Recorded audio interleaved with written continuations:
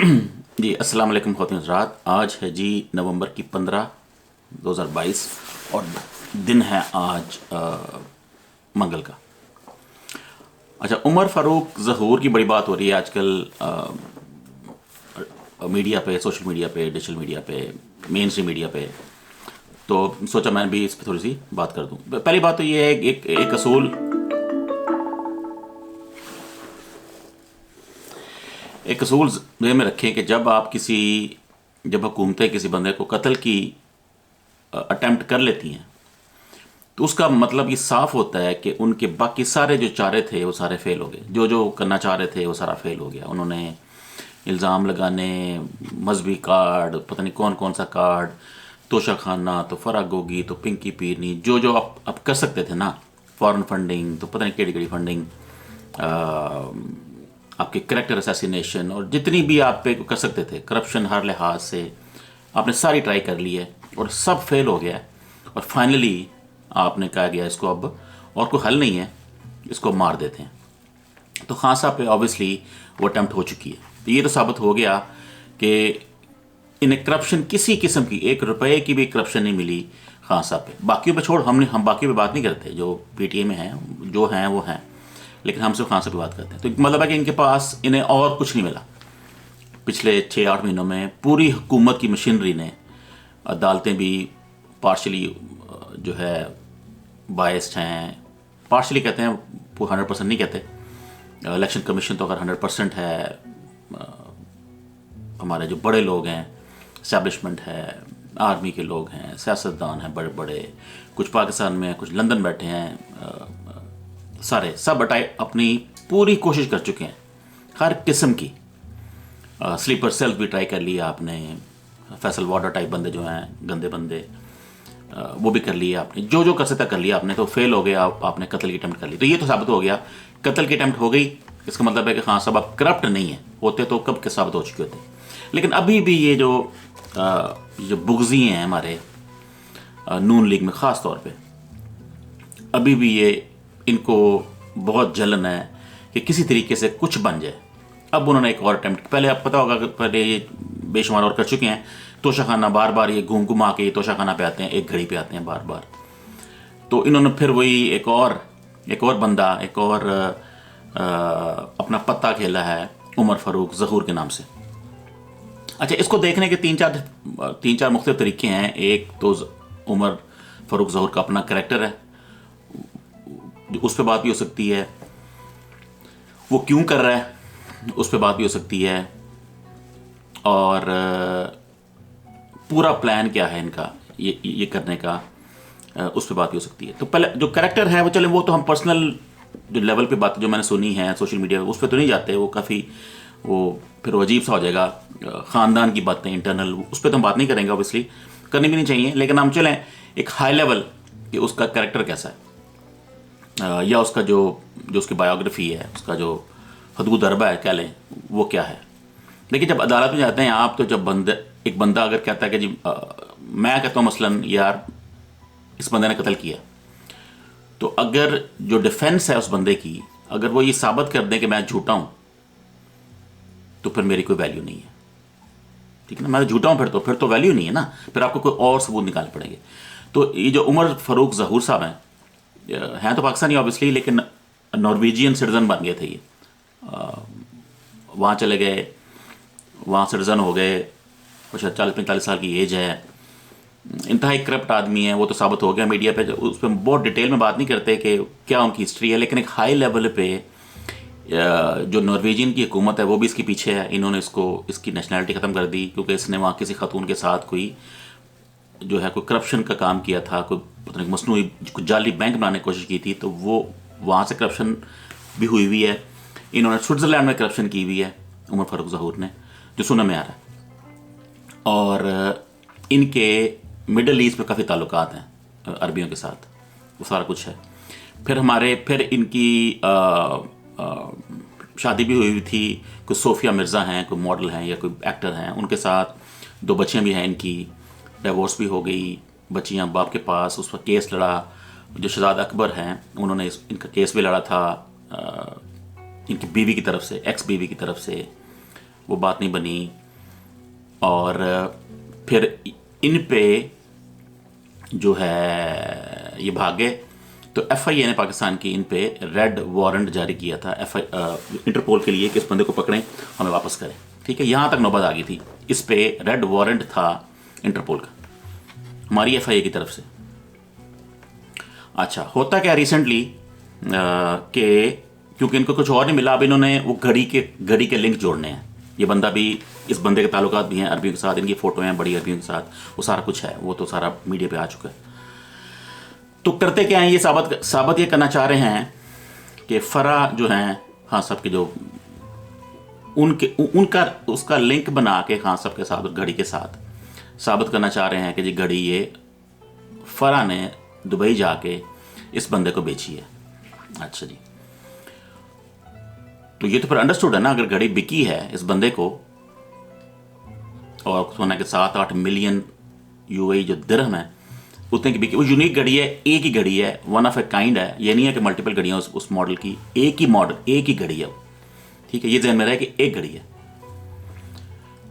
वो कह रहे हैं कि उसने कैश मांगा है। अब ये कह रहा है उमर फारूक ज़हूर 7-8 मिलियन दिरहम की घड़ी कैश पे बिक रही है बगैर किसी रसीद के। दुनिया में ऐसा कभी होता है? मतलब झूठों के ये क्योंकि और तरीका नहीं है ना।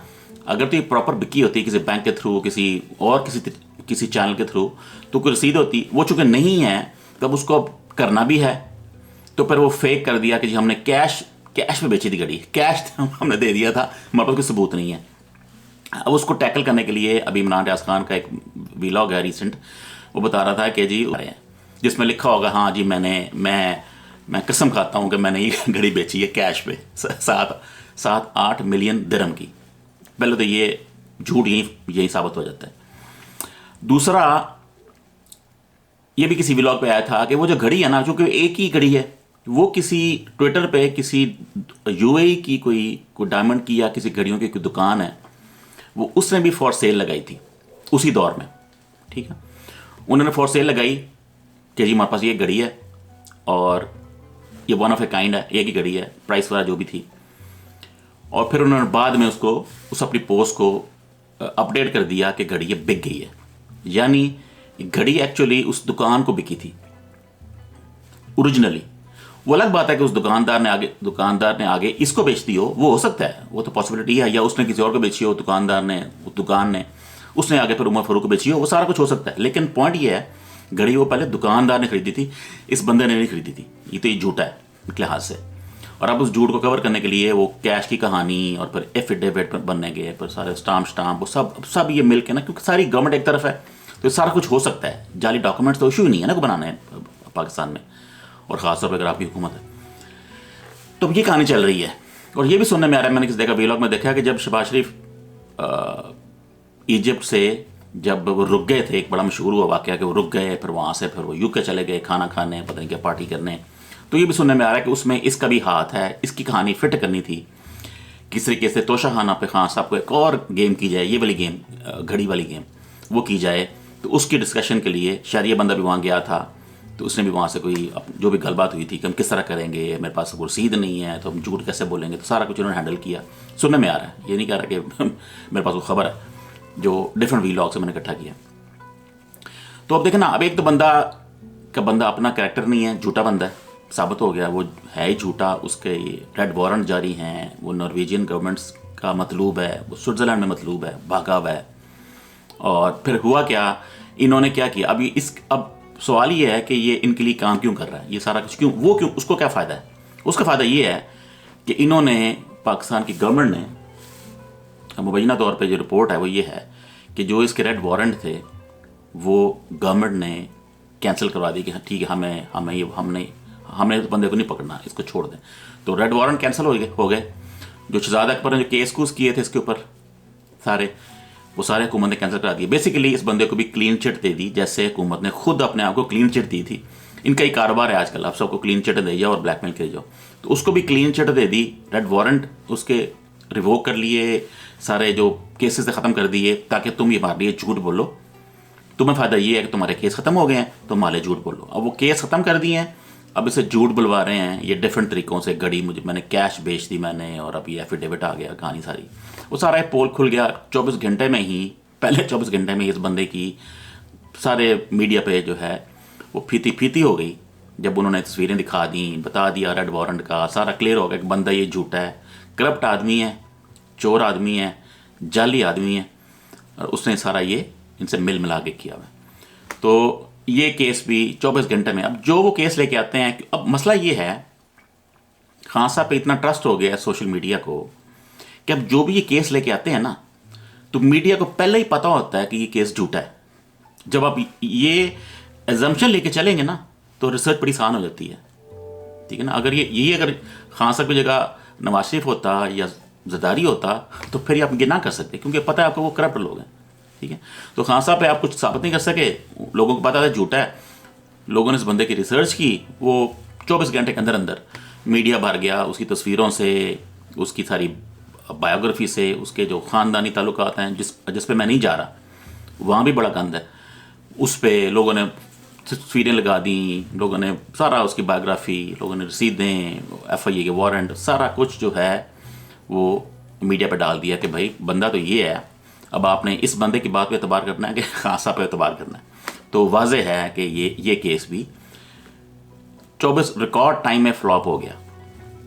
अब कुछ है नहीं, पॉइंट ये है कुछ है नहीं पल्ले पे इनके पास। तो अब क्या करें आप? अब उन्होंने कोई कहते हैं ना डूबते को तिनके का सहारा, अब कुछ ना कुछ आपने जहाँ पे कोई लिंक बनता है, आपने लिंक बनाना है। पता नहीं उन्होंने कैसे बंदा निकाला, ये अमीर बंदा ही ज़ाहिर है, इसलिए तो उन्होंने घड़ी जोड़ी है, और UA का लिंक भी है, उस पर FIA के केस भी थे, यानी कि वो कॉम्प्रोमाइज़ भी था, यानी कि पाकिस्तान में मतलूब था तो कॉम्प्रोमाइज़ था ऑब्वियसली। तो ये पर ब्लैकमेल करने के लिए उसके केस ख़त्म किए ताकि वो सब काम कर सके। तो ऐसे ऐसे बंदे तलाश कर रहे हैं जेलों में से जो कॉम्प्रोमाइज़ हैं, उनको हम किसी से ब्लैकमेल करें। तो ये सारी इसकी कहानी है इस उमर फारूक ज़हूर की। और अब पता नहीं अब और क्या करेंगे खान साहब पे।